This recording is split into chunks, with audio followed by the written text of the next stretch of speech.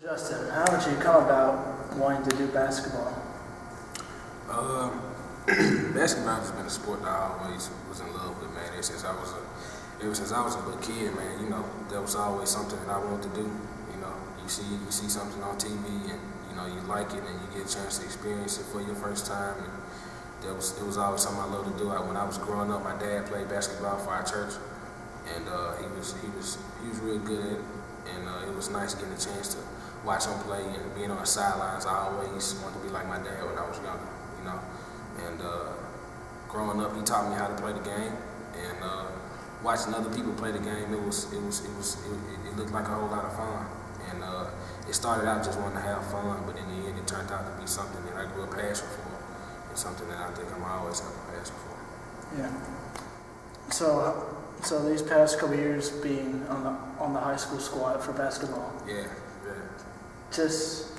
Was there anything just special or spiritual? I mean, because I don't want to go into detail because this is all about you and the other guys that I'm going to do this for. Anything like just connected with you besides just the passion, like good coaching or great players? Honestly, man, that's one thing, man. My teammates. You know, last year I was blessed enough to be surrounded by a group of guys that not only were good basketball players, but were good guys. You know, and it was a blessing just to be around that atmosphere. You know, when you get to a chance, when you get to a point where you're able to meet a group of guys, and you get to a point where you can call them your brothers. You know, and you can call them your family. You know, I grew up in a household with 3 sisters. I had no brothers. You know, and so for me to finally be able to call a group of guys my brothers and a part of my family on my own, that was a blessing. That was a blessing, and that's something that I always cherish. And the same thing for this year. You know, we made a whole bunch of memories between from my freshman year all the way to my senior year. I got a lot of memories, man, that I don't forget. You know, with all of my teammates, and I think it was a blessing how we were able to start out as teammates, but in the end, you know, form together like we're a family. You know, and that's the good thing about basketball. You know, not only are you able to come together as teammates, but you're able to come together as something more than that. You're able to connect a bond with each other. I mean, and at the end of the day, that's what it's all about: having fun and being able to connect a bond with your teammates. And that's what we did. Yeah. Just being brought on, just me when Coach D came to ATV, wanted me to film. I thought it was just gonna be my experience with football. Like, love the sport, but I never got that like brotherly love kind of thing. I mean, no disrespect to the football team or Coach Wiley, or like they did amazing stuff in 2011. First playoff win, going up to Dixon County. I can't tell you how many radio stations I've heard saying that it's going to be a blowout the other way around. So I don't know what it was like. After first Craigmont lost, the loss to Craigmont in the playoffs was just by a lucky tip. You could just see for me it was like if I was on your team, I would be thinking. My whole life just flashed before my eyes, kind of a moment. Yeah, it was crazy, man. That whole game, we had been scrapping and playing. Very hard. Craigmont that year, last year, they were the defending champions, defending state champions, and playing them. You know, we played them 2 times in the regular season, and we beat them both times. And you know, they didn't mean anything to us. We knew that they were going to be hungry coming after us to be able to play us a 3rd time in the tournament. And I can honestly say that's a game that we gave it everything that we had. And unfortunately, you know, we made a couple of mistakes at the end. It came down to the last second. And like you said, man, the smallest player on the court, man, you know, he came from nowhere and got a last second tip in. You know, I still think it was after the buzzer, but there's nothing that you can do about it. And you know, that was a game. It hurt us bad, man. That game stung bad. And it was a good thing that the game stung bad because when that happened, we were able to join together closer as brothers, and in doing that, we were able to accomplish something that was that most people would have thought would have been impossible, and that was beating Dyer County. Yeah, prior to Dyer County, the loss to Craigmont, going to Cordova, the thing was you were either going to play Brighton or if you won, or play Dyer County if you lost. what I was seeing in that locker room. I mean, this is just me being there, experiencing it. After that loss, I thought it was just like the most rock bottom you could ever go. Like not scoring at least 50 points. Man, like turmoil in the locker room. I could really see. Yeah. Like I could really see. Yeah, it hurt us.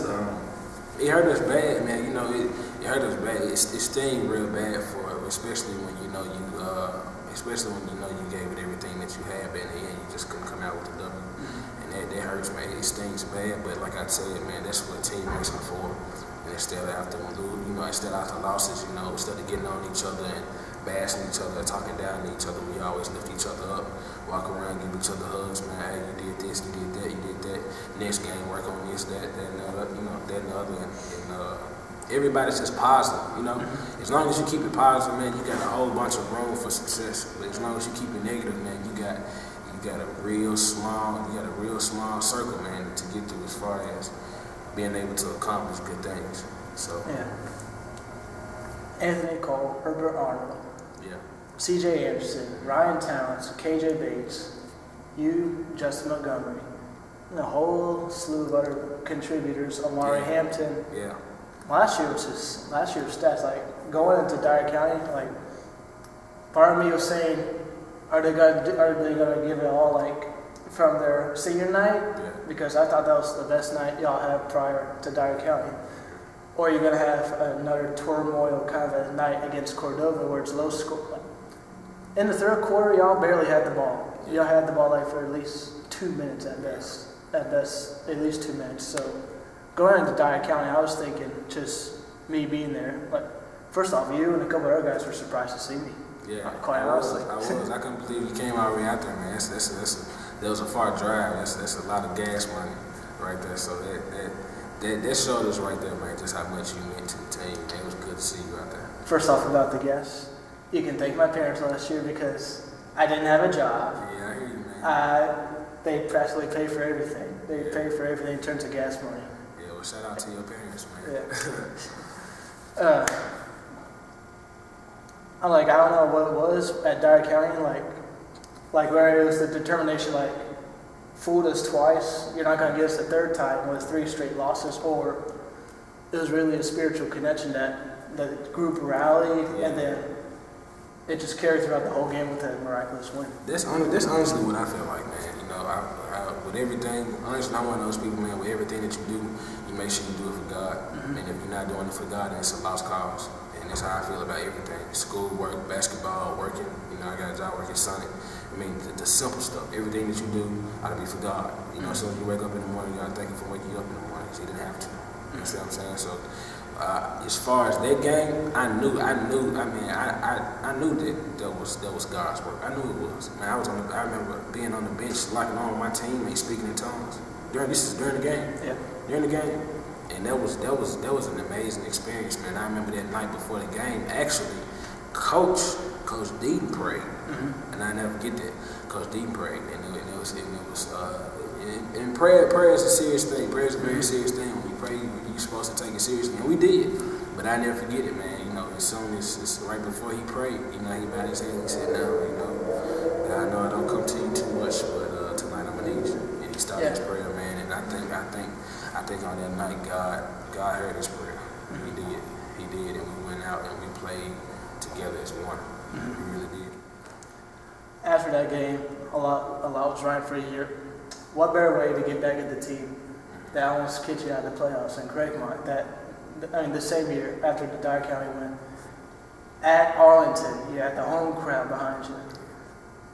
Just thinking about that, just from a player standpoint, KJ was telling me about this last year, that it's unheard of for a team in Tennessee in the playoffs going far, deep, like how y'all went, and you had the home crowd. Yeah. So.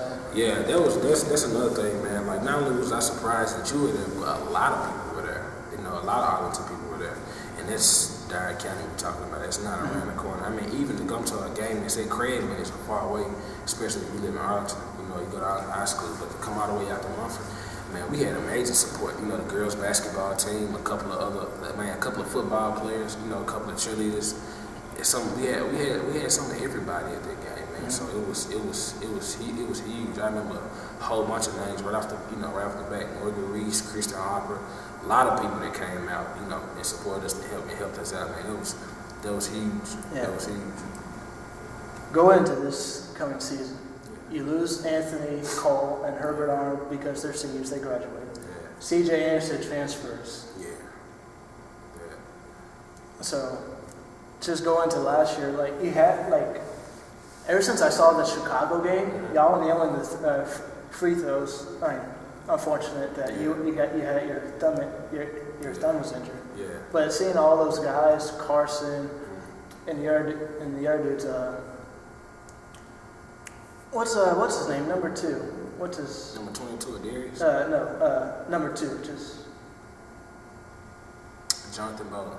Yeah. Jonathan Bowden. Just first off, when I started covering all at the beginning of the year, I thought he was just a bench guy. Yeah. Then I see him at Chicago. He's nailed 3. okay, good. You got 3. He nails him there. He's like, okay, good. He nails a third straight 3. You're like, where did this guy come from? Yeah, I know. Man, the thing with Jonathan, man, is amazing. Jonathan actually lives right behind me, directly right behind me. And I grew up. Jonathan was the only friend I had in the neighborhood, and I moved to Arlington in the middle of my 3rd grade year. And me and him played basketball every single day. And Jonathan used to be small, man. Jonathan used to be little. And I had one of those goals, man, where you could let it down 7 feet, 8 feet. And I used to dunk all over Jonathan, and we used to go at it and everything. But I remember, man, one summer, when I went to middle school, I was in middle school and I was figuring to go to high school, and Jonathan was finna get ready and go to middle school.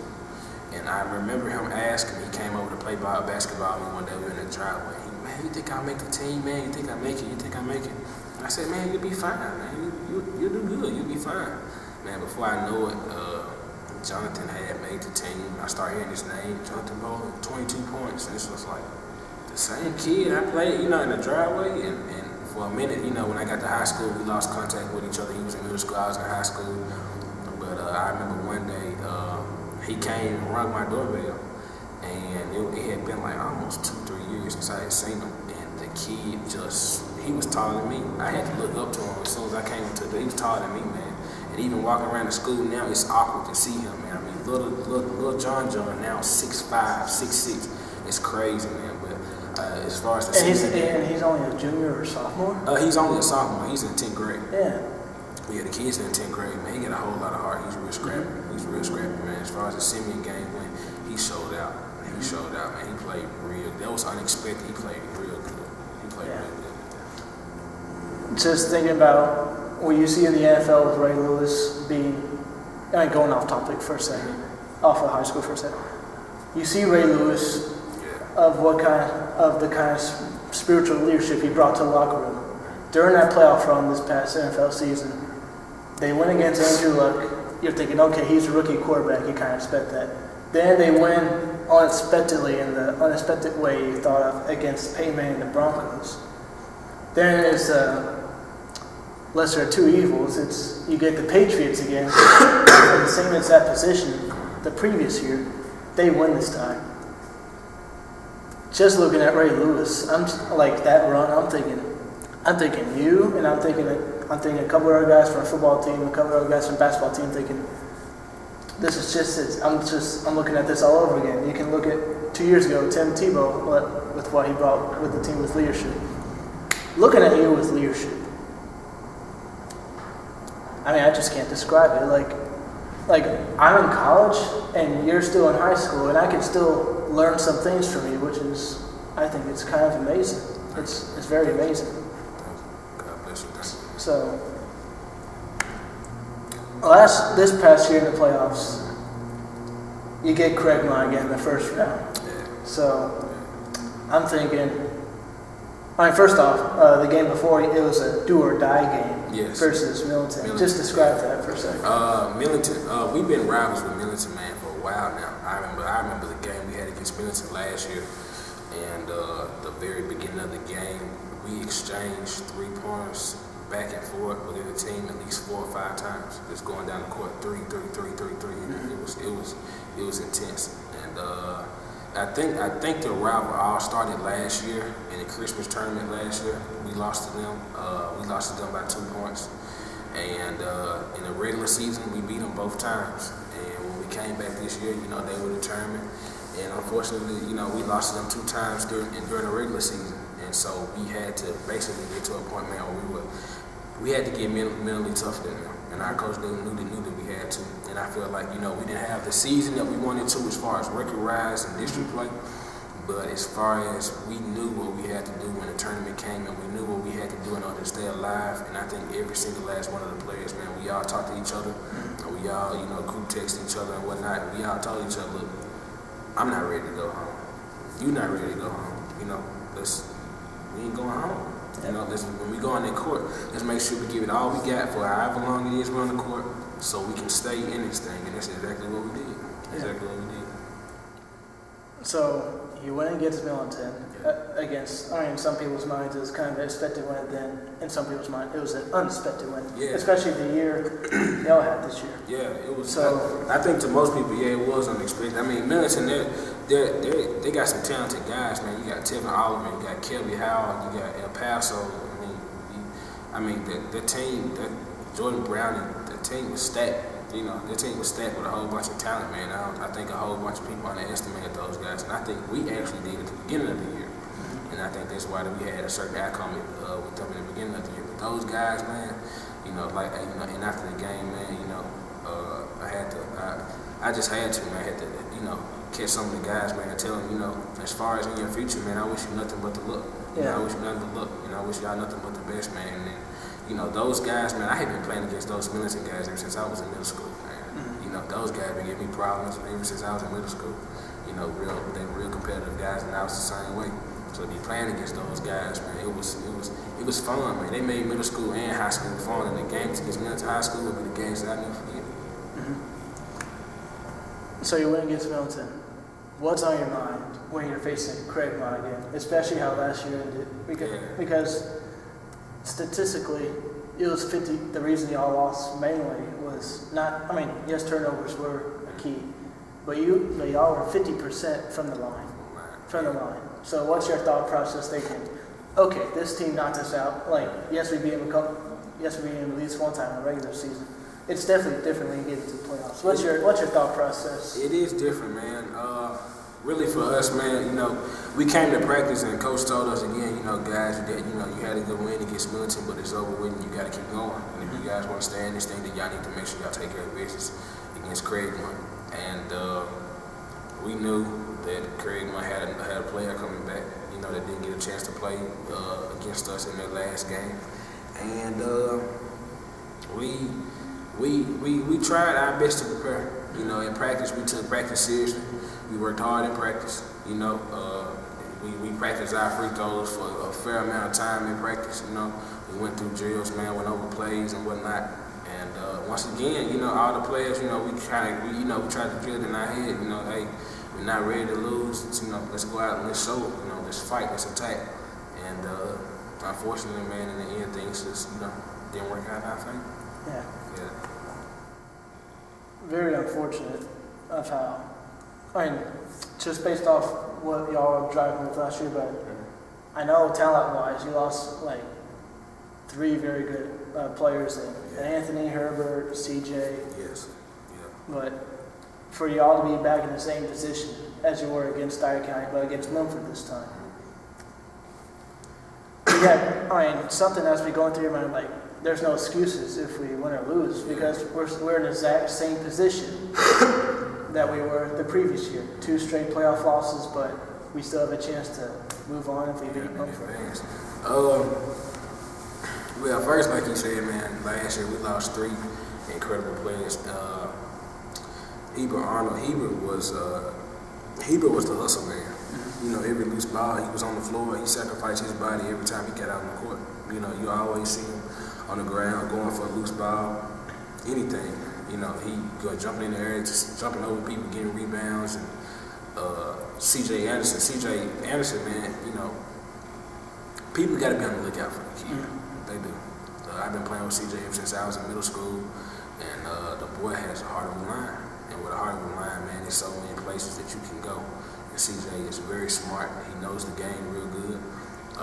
He doesn't back down to anybody. He accepts any challenge, and he's a good person to go in battle with. You know, if you feel you're ready and go in battle, man, you make sure you want to have the best of the best, the strongest of the warriors on your team, even if they're not very skillful. As long as they got heart and determination, and there's somebody that you want on your side.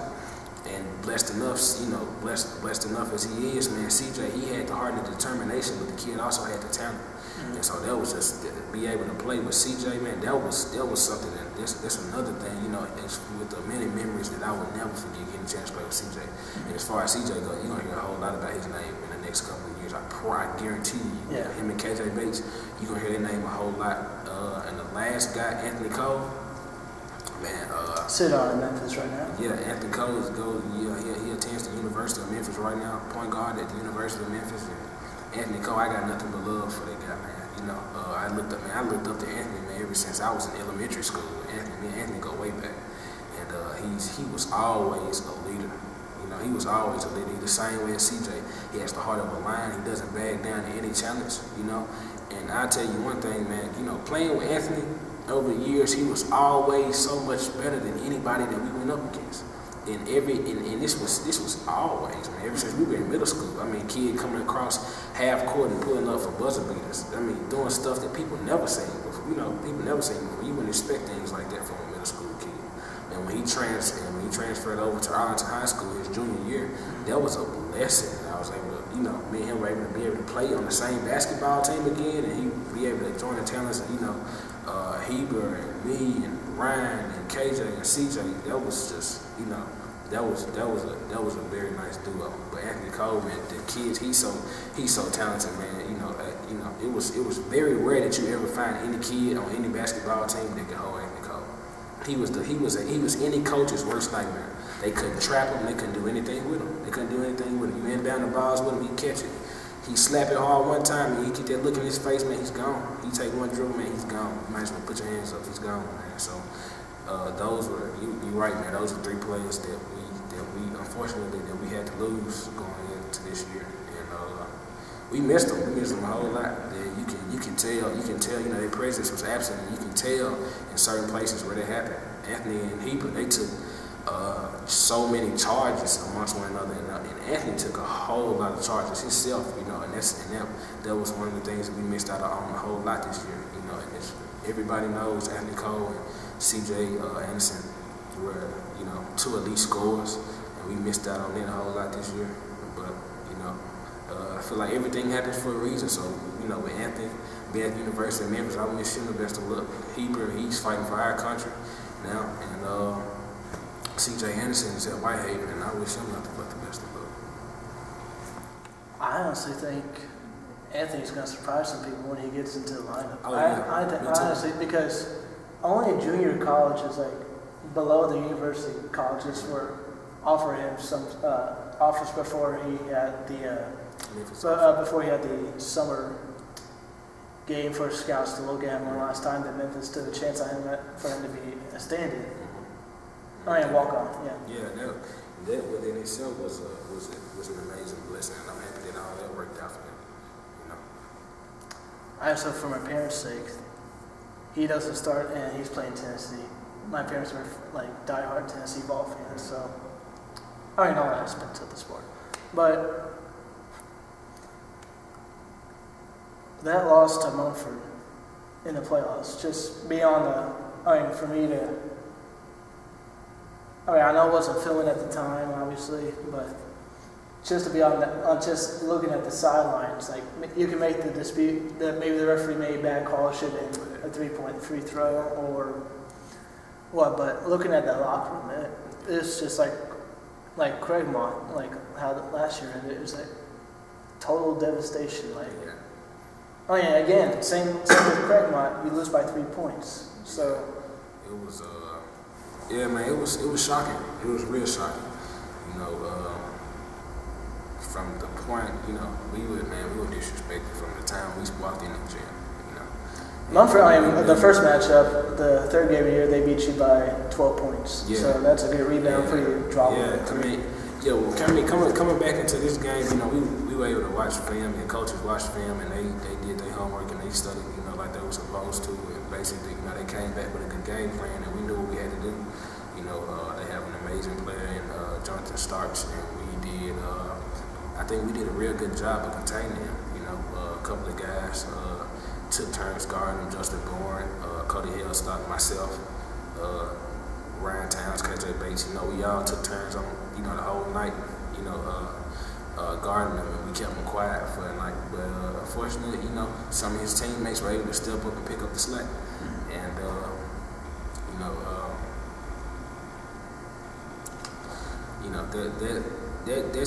that game hurts the most because, it was my last high school game. Last one. It was my last one.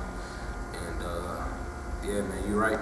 The way that locker room was after the game, man, it was total devastation. It was total devastation, man. And, I really couldn't do anything but, hold my brothers. Justin Bourne and Ryan Towns, that's all we could really do, just hold each other, man, try to lift each other up. Cody Hillstock and Darius Avery, I feel like honestly, man, Arlington next year has a very good shot. Going all the way. I was in class today talking to Cody, and Cody was saying it the whole entire class, man, I think we got a good shot, and, and not to forget Dejon Kennedy, and I wish those guys nothing but the best. Those guys got amazing talent. They'll be just fine. As long as they sit down and they work, they stay focused, and they give it everything they got, which I know they will because I've been around these guys long enough. I know they will. And like I told them, I said, hey, every chance I get, I'll be back watching, catching as many games as I can. I had to support him. KJ Bates, he's like my little brother, man. All of them like my little brothers, man. Blood can make us no closer. So I told him, I'll be there to support y'all, but they got a real good chance, man. They have a real good chance. I think Cody Hillstock and Darius Avery are the two most underrated guys in Shelby County. And next year, this is a come-out season for the both of them.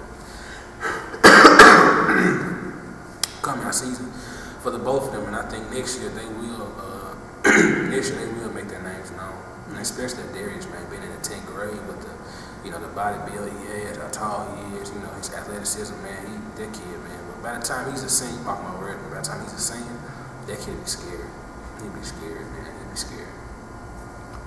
You being the most vocal leader in the locker room on the football side this past year with Drew Reed, when he heard that when he was out with a college, did you talk with him or? Yeah, I when I heard it, man, actually that night I had went.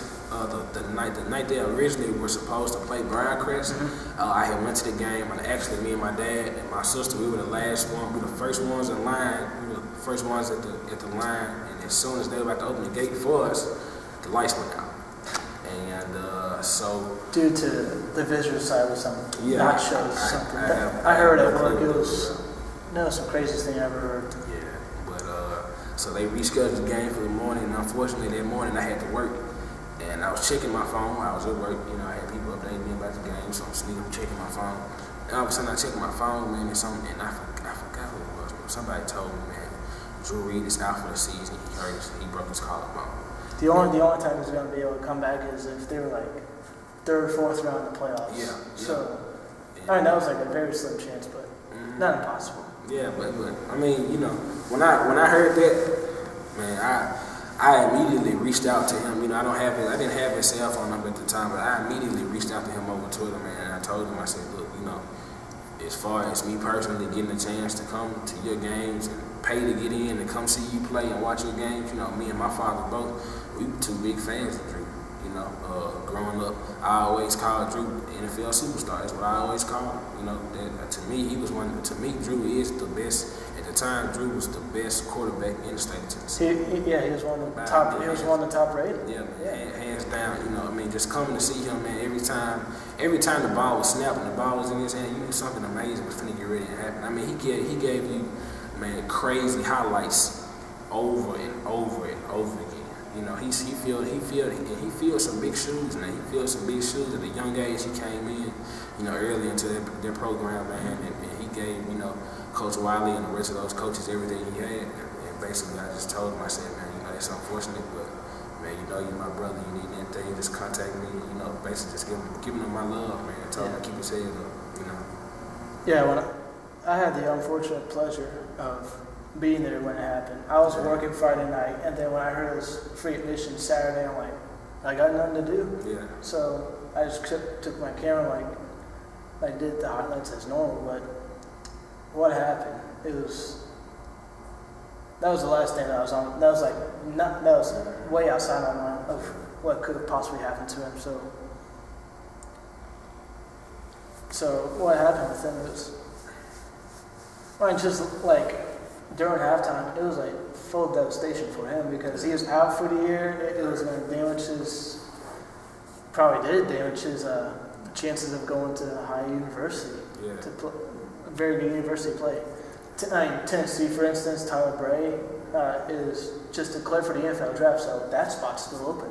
So that could have been a spot we could have filled. Yeah, most definitely. So when I was just there, I'll be covering Drew Reed himself on the 19th. But just walking by at halftime, him sitting with his family, the cast, just in tears. I'm just thinking, walking over there, like I gotta do something, like pray for them, like do something. Don't just look at them and then walk away. I remember the last football game this year, and I never in my life forget that moment that I shared with Drew Reed, man, after the game. You know, I was hugging all my guys, all my friends that played football, you know, giving them hugs, and a whole bunch of tears were shed between a whole bunch of the guys, man. You know, and my little brother KJ Bates, he also played football. Was amazing. He's an amazing football player too, by the way. And I remember, you know, holding him, man, and he was crying and whatnot. And I remember looking out on the field, and I saw somebody with a hoodie on, and they were just walking on the field, just walking in the middle of the field, had their head down, just walking in the middle of the field. And the first thing that struck my mind, I said, man, that has to be Drew. And I ran over and I caught up with him, and sure enough, it was Drew. And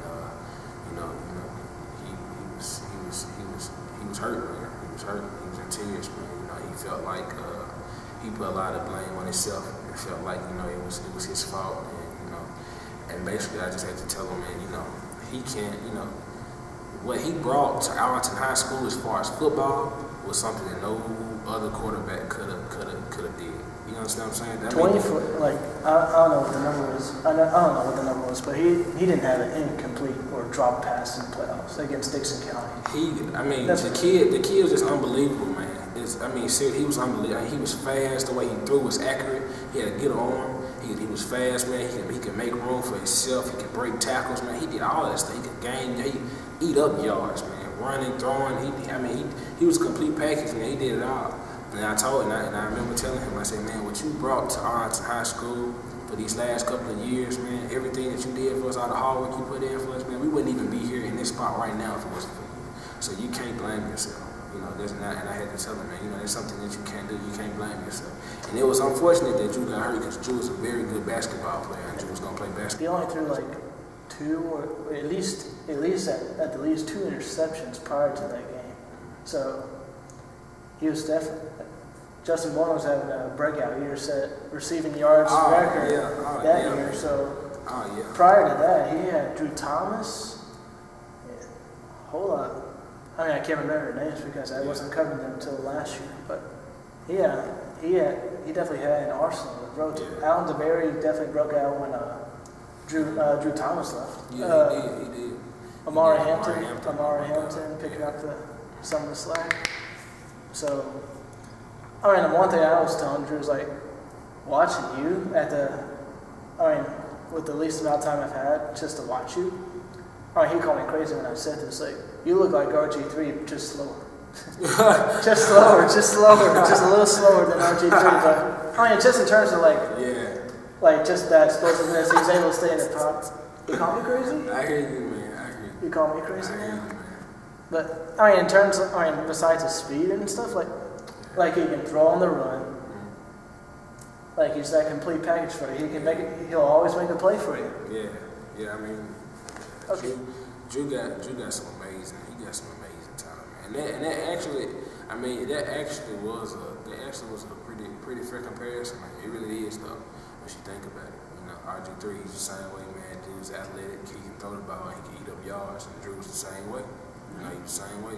For a defensive line, man, it was a very hard time trying to get him down. And it's just the same way with Drew Reed. I wish we had this on film. I was looking through the school archives. They ATV apparently lost it, which I was like complete upset about it. I mean, aside from that, when I was helping them out filming, that first touchdown he threw to Justin Moore. I don't know if you saw it. I don't know if you were there. He's running to his left. He can't find anybody. Someone's coming behind him. He flat out just like knocks someone off his back, which he could have been sacked. And then he comes back the other way towards my way, and he throws to wide open Justin Moore. So, I mean, I'm just looking at this. I'm looking at the stuff. I'm looking at the footage again. I'm thinking they all bet that he was going to get sacked. That left Justin Moore wide open. Everybody, I won't lie to you. Everybody thought he was going to get ready to get sacked. And just to be honest, man, that's not his first time. That wasn't his first time doing that. I mean, the dude, he does it at least a good two or three times every single game. You know, but going to go see Drew. I mean, that's why the football games are always crowded. That's why they always packed on the side. That's why everybody. I mean, you know, from my neighborhood, you can hear the band playing, and everybody's in their cars, and everybody's leaving. Everybody's walking their dogs, and everybody's going towards the high school. Go see the game. I mean, Drew Reed was one of the main attractions, man. You know, not to make, you know, ain't nobody any special than anybody else, but Drew Reed was one of the main attractions. You know, Amari Hampton, Justin Bowen, you know, those guys, man, they put in some serious work. They put in some serious work on the offensive side. They put in some serious work. I mean, I'm a football guy. Like I'm a football first, diehard football first. Just my experience being with you and the team. Like all that emotion that went through the locker room last year, and a little bit of what I experienced this year, with the least amount of time I've been with y'all this year. It's actually practically the same amount of time I've been with y'all.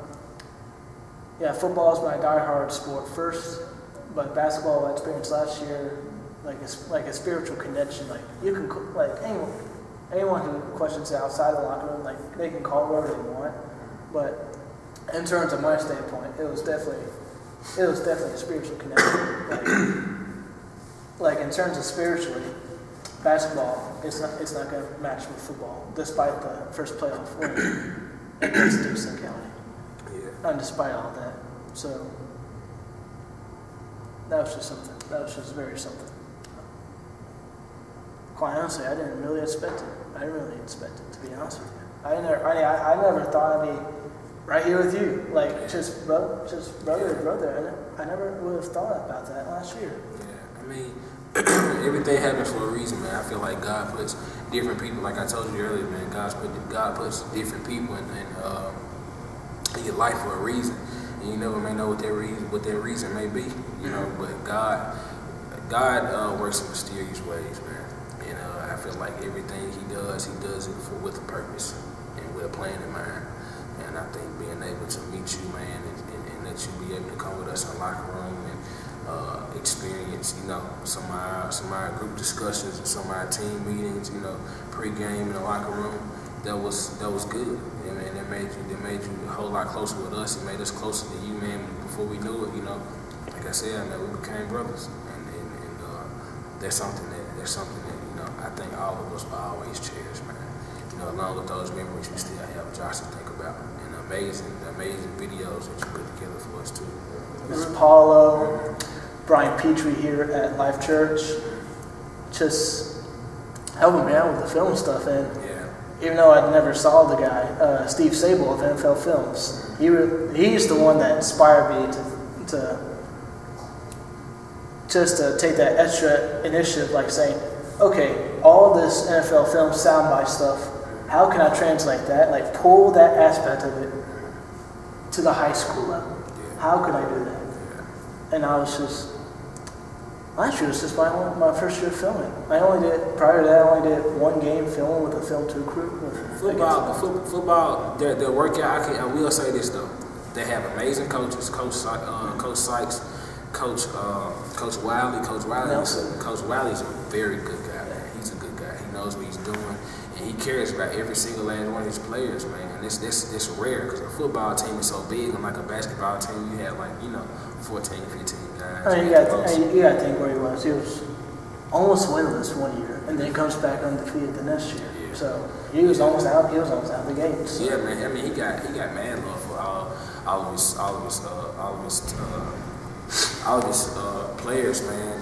Coach Nelson, he's the same way. Coach Bowles the same way. Coach Welch, it was amazing for me to get a chance to meet him last year. He was a real nice guy. He has a real nice personality, man. Funny guy, real funny guy. He's a nice guy, man. He's real cool. But Coach Wallace, not Coach Wallace, I'm sorry, but their head coach, Coach Wiley, he's a really good guy. And not only does he care about his football player, but he cares about all the athletes, man. He cares about all the athletes, including the basketball players. And he shows equal respect to everybody. And that's one thing I learned from him, man. He's a good guy. He's loyal. He's loyal, man. You don't find that in a lot of people nowadays, but he's a real good guy. Yeah. This is your senior year. You played your last game against Montgomery. What are you hoping to leave behind the school that 10 years from now, or at least 6 years from now, people who are looking at the history of the sports, they can look back and they see the name Justin Montgomery? What do you want them to remember?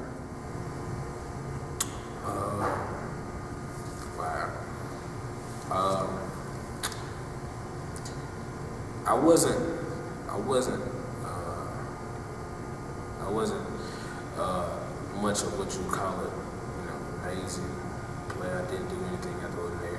I wasn't a kid that went out every night and put up 30, 20 points, But I wanted to be, if it's anything I want to be remembered for, it's for my attitude, the way I carried myself, the respect I had for my teammates, the love I had for my coaches, and the love that I had for the school, and I want to be remembered as one of those guys, man, that when he put that jersey on, he always played for the name on the front of the jersey and not the number on the jersey, or the number that was on his back. And I had fun playing for Arlington, man, all 4 years, freshman year through my senior year, and I wouldn't have, had it any other way. To play for any other school. I gave Arlington, it was unfortunate that we had to lose to Montgomery. We couldn't go all the way this year. I'm sure they'll go all the way next year. Yeah, I can say the same thing from my view as a film and ed guy. Like I told y'all in the locker room, I can't speak for y'all because I don't play with y'all. But for me, when I was doing the film and ed in these past couple of years, in and out of Arlington, ATV or not with ATV, my mindset was just I obviously want to do my best, but I don't want to do it just for me. For me to say hey, look what I just did. I mean, because if you're someone looking on the outside, you'd be thinking, he's the only one that practically did. That's what someone would be thinking, looking from the outside. But for me, it's doing the film and editing. I just do it just to pursue to be the best, and just giving the glory to God. No matter if it's a good day or a bad day. Yeah, and that's another thing I never forget, man. I never forget. You told me at the Montford game, right before the game started, you said, "Hey man, win or lose, man, God gets all the glory." And I remember, it was about 12 seconds left in the game, and I was sitting at the end of the bench, and you put your hand on my back and you said, "Hey man, don't forget, man, win or lose, always make sure you give God the glory." And we lost, we shook hands, man, we went back to the locker room, and I was one of the first guys in the locker room. And honestly, man, I was hurt. I couldn't take it. I was hurt. And I went back to the locker room, and I went in the back where the showers were, and I got on my hands and knees, man, and I was emotional, man. I was crying, man, but one of the things that I made sure I did do, I prayed, and I told God, before I say anything else, I just wanna thank you, and I wanna give y'all the glory, and it was unfortunate that we lost, but I am a firm believer in everything happening for a reason, and I feel like God got a better plan for us, you know, as a team, and I feel like he is yet to show some of the amazing things that he has planned for me and for a whole bunch of other guys on the team. Yeah, it's been really fun being with you these past couple of years. It's been really fun. I only wish I could have done it earlier. Yeah, man, yeah. That's the only thing I could wish right now. So.